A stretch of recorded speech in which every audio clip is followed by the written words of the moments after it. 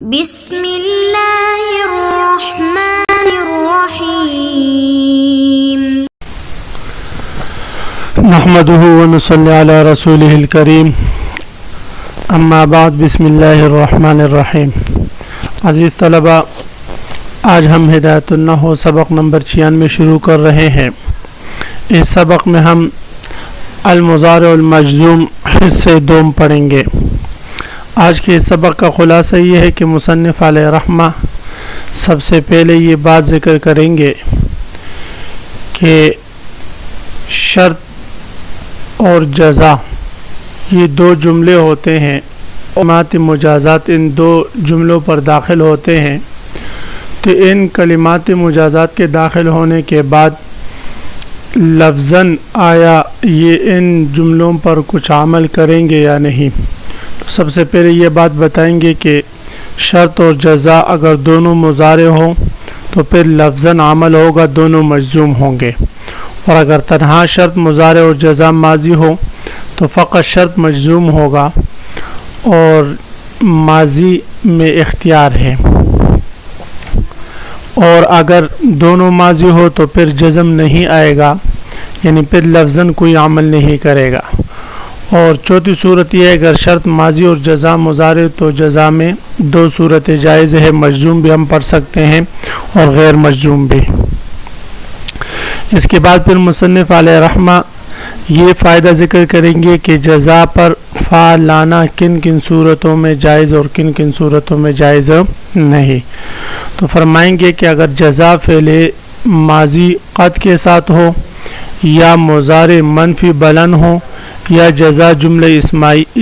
اسمیہ ہو، یا جزا جملہ انشائیہ ہو، تو ان چار صورتوں میں جزا پر فا کا لانا واجب ہے، وگرنہ نہیں۔ عزیز طلبہ، اب ہم آتے ہیں کتاب کی طرف۔ تو سب سے پہلے ہم عبارت پڑھتے ہیں وَكَلِمَةُ الْمُجَازَاتِ وَأَمَّا كَلِمُ الْمُجَازَاتِ حَرْفًا كَانَتْ أَوْ اسْمًا فَهِيَ تَدْخُلُ عَلَى الْجُمْلَتَيْنِ لِتَدُلَّ عَلَى أَنَّ الْأُولَى سَبَبٌ لِلثَّانِيَةِ وَتُسَمَّى الْأُولَى شَرْطًا وَالثَّانِيَةُ جَزَاءً ثُمَّ إِنْ كَانَ الشَّرْطُ وَالْجَزَاءُ مُضَارِعَيْنِ يَجِبُ الْجَزْمُ فِيهِمَا لَفْظًا نَحْوَ إِن تُكْرِمْنِي أُكْرِمْكَ۔ مصنف علیہ رحمہ فرماتے ہیں کہ عوامل جوازم میں سے لما کے بارے میں ہم نے تفصیل ذکر کر دی۔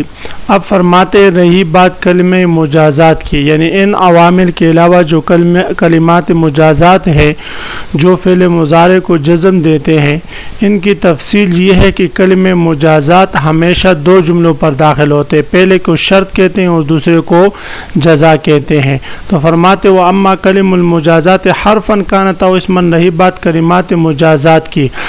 چاہے وہ حرف کی صورت میں ہو جیسے ان ہے، یا اسم کی صورت میں ہو جیسے من اور ما ہے،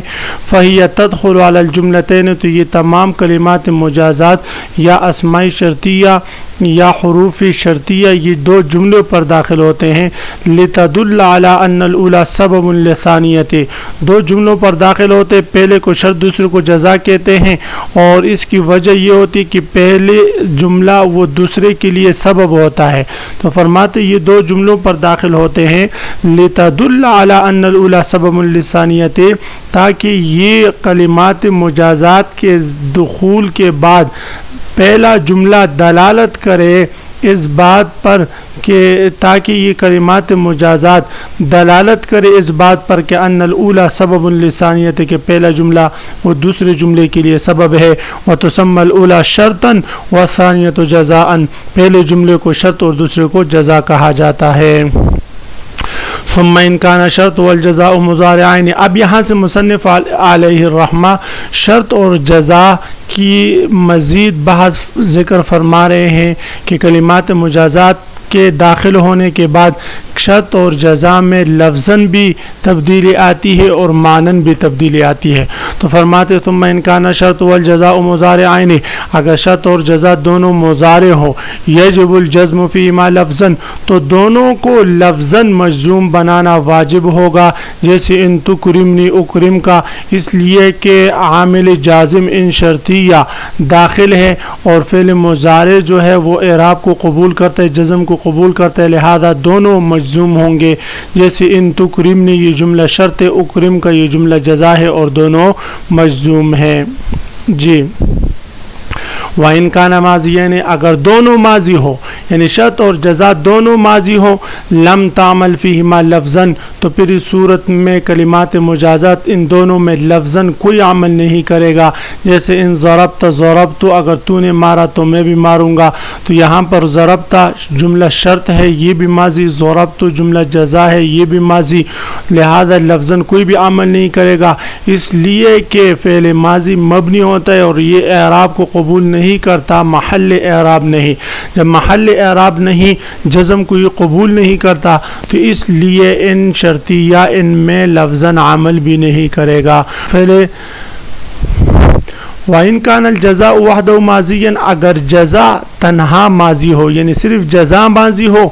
یجب الجزم فی شرط اور شرط فعل مضارع ہو تو اس صورت میں شرط کو مجزوم پڑھنا واجب ہوگا یعنی فعل مضارع پر اعراب جاری ہوگا لیکن جزا پر اعراب جاری نہ ہوگا. جیسے ان تضربنی ضربتک کا تضربنی فعل مضارع ہے شرط ہے، ضربتک کا یہ فعل ماضی ہے جزا واقع ہے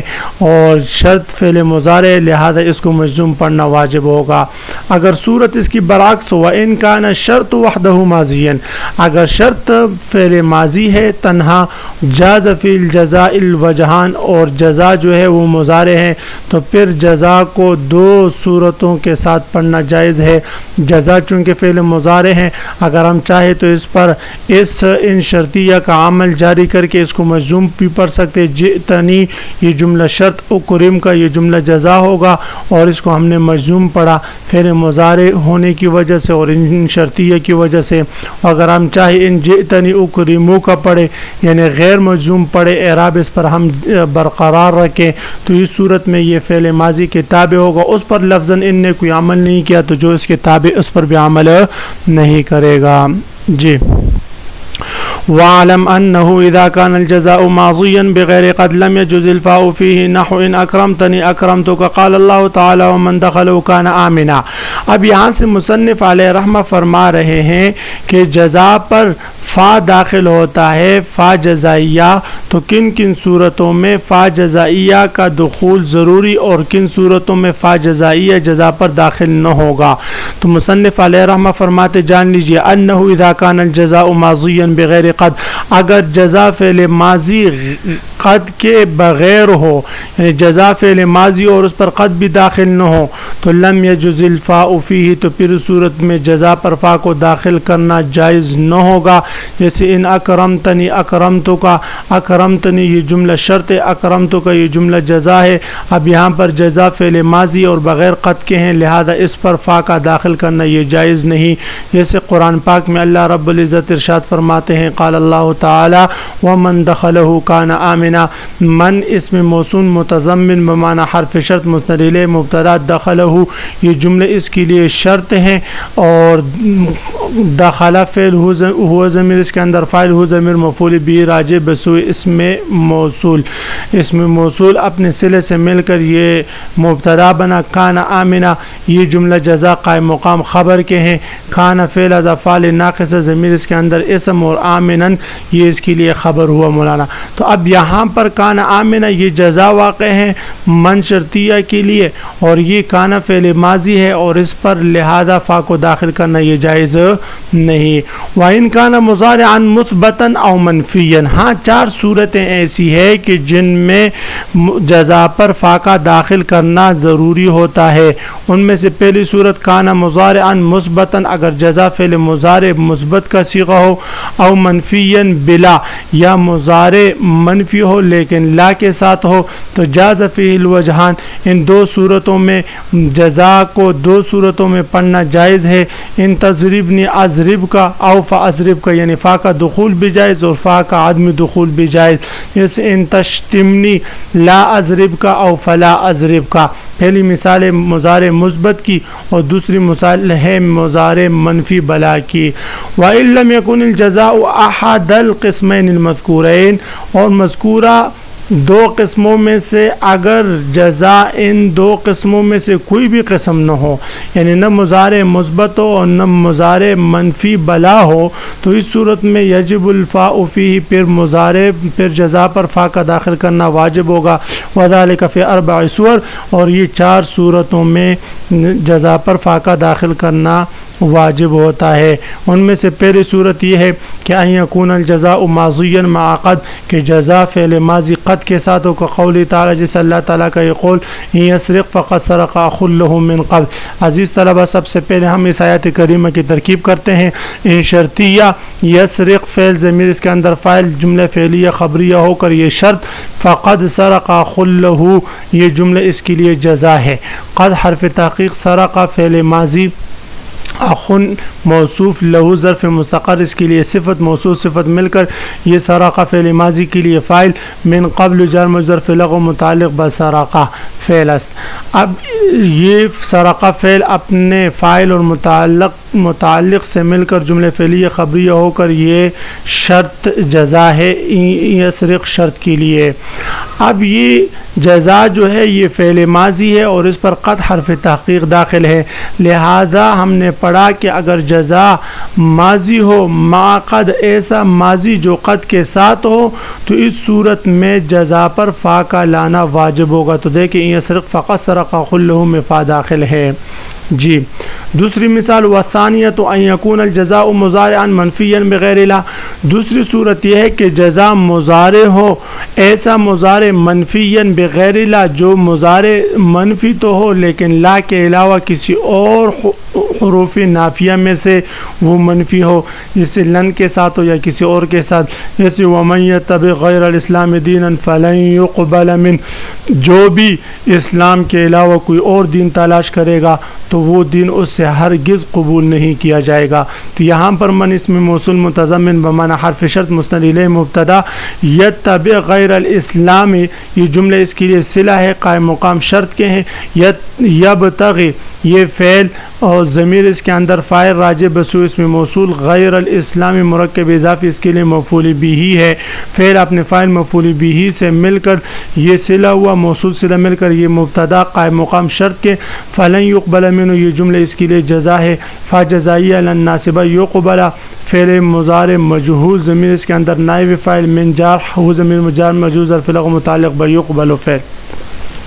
فعل اپنے فاعل اور متعلق سے مل کر یہ جزا ہوا۔ تو اب یہاں پر دیکھیں یقبل لن یقبل یہ جزا واقع ہے اور یہ مضارع منفی بلن ہے، لا کے ساتھ نہیں، اس لیے اس پر فا کا داخل کرنا یہ واجب ہوگا، تو فلن یقبل منہ ہے۔ والثالثۃ ان یکون جملۃ اسمیۃ، تیسری صورت یہ ہے کہ مضارع کے جزا جو ہے وہ جملہ اسمیہ ہو، کا قولی تعالی، جیسے اللہ تعالیٰ کے قول من جاء بالحسنۃ فلہ عشر امثالہا، تو من جاء بالحسنۃ فلہ عشر امثالہا یہ جملہ شرط ہے، اور لہو ظرف مستقر خبر مقدم، عشر امثالہا مرکب اضافی مبتدا مؤخر، مبتدا خبر میں کوئی جملہ اسمیہ خبریہ ہو کر یہ جزا ہے۔ تو اب یہاں پر جملہ اسمیہ جزا واقع، اس لیے اس پر فا کا داخل کرنا یہ واجب ہوا۔ اور رابعۃ اور چوتھی صورت یہ ہے کہ ان یکون جملۃ انشائیۃ کہ جزا جملہ انشائیہ ہو، اما امرا جملہ انشائیہ چاہے امر کی صورت میں ہو، جیسے اللہ تعالیٰ کا یہ قول ہے قل ان کنتم تحبون اللہ فاتبعونی، اگر تم چاہتے ہو کہ تم مجھ سے یعنی اللہ سے محبت کرو، فاتبعونی تو تم میری اتباع کرو۔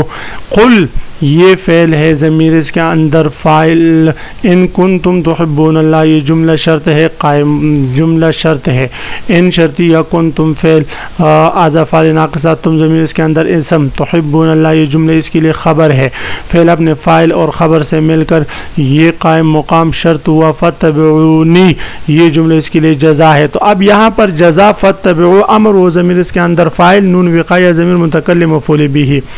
یہ فعل امر اپنے فاعل اور مفعول بھی سے مل کر جملہ انشائیہ امریہ ہوا۔ تو اب یہاں پر یہ جزا واقع ہے، جملہ انشائیہ امریہ، تو اس لیے اس پر فا کا داخل کرنا واجب ہوا۔ و اما نہین اگر جزا جملہ انشائیہ ہو اس پر فا کا داخل کرنا واجب ہے، چاہے انشائیہ امر کی صورت میں ہو، و اما نہین اس کا عطف ہے، و اما امرا یا نہی کی صورت میں ہو۔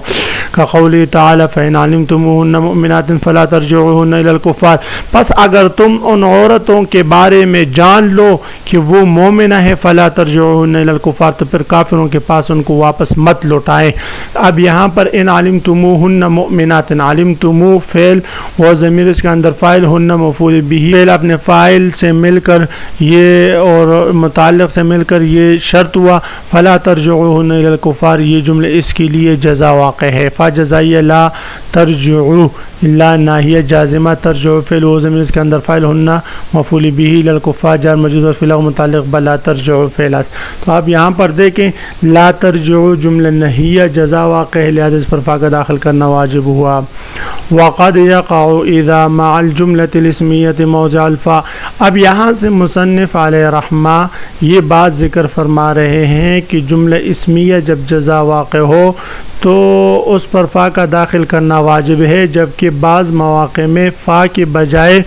اذا مفاجاتیہ اس کے قائم مقام ذکر کیا جاتا ہے۔ وقد یقع اذا، اور کبھی کبھی اذا واقع ہو جاتا ہے مع الجملۃ الاسمیہ جملہ اسمیہ کے ساتھ موضع الفا، فا جزائیہ کی جگہ پر، قول تعالی جسے اللہ تعالیٰ کا یہ قول ہے وَإِن تُصِبْهُمْ سَيِّئَةٌ بِمَا قَدَّمَتْ أَيْدِيهِمْ، اگر تمہیں پہنچے کوئی تکلیف کوئی برائی بسبب ان اعمال کے جو تمہارے ہاتھوں نے کیا ہو، اذا ہم یقنطون، تو تم اچانک نا امید ہو جاتے ہو، اچانک وہ نا امید ہو جاتے ہیں۔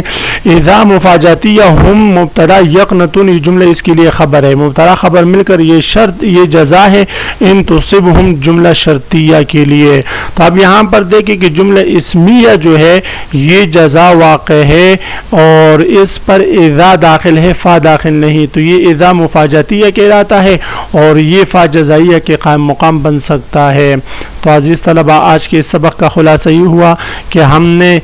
کلمات مجازات سے متعلق پڑھا کہ کلمات مجازات کی تفصیل ہم نے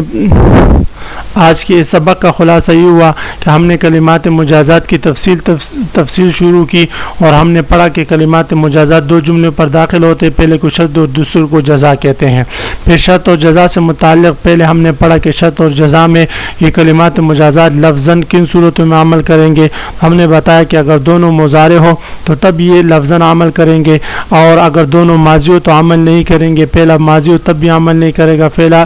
مضارع ہو تو تب یہ عمل کرے گا۔ اور اس کے بعد ہم نے پڑھا کہ جزا اگر جزا پر کب جو ہے فا کا داخل کرنا ضروری ہو، کب داخل کرنا ضروری نہیں، تو چار صورتوں میں جزا پر فا کا داخل کرنا ضروری ہے۔ ان میں سے پہلی صورت ہے کہ جزا فعل ماضی قد کے ساتھ ہو، دوسری صورت یہ ہے کہ جزا مضارع منفی بلا ہو، اور تیسری صورت یہ ہے کہ جزا جملہ اسمیہ ہو، اور چوتھی صورت یہ ہے کہ جزا جملہ انشائیہ ہو، چاہے امر کی صورت میں ہو یا نہیں کی صورت میں ہو۔ عزیز طلبہ، کل میں انشاءاللہ آپ حضرات سے یہ بات سنوں گا کہ جزا پر فا کا داخل کرنا کن کن صورتوں میں واجب اور ضروری ہے۔ نیز من جاء بالحسنۃ فلہ عشر امثالھا، اس جملے کی ترکیب۔ وآخر دعوانا ان الحمد للہ۔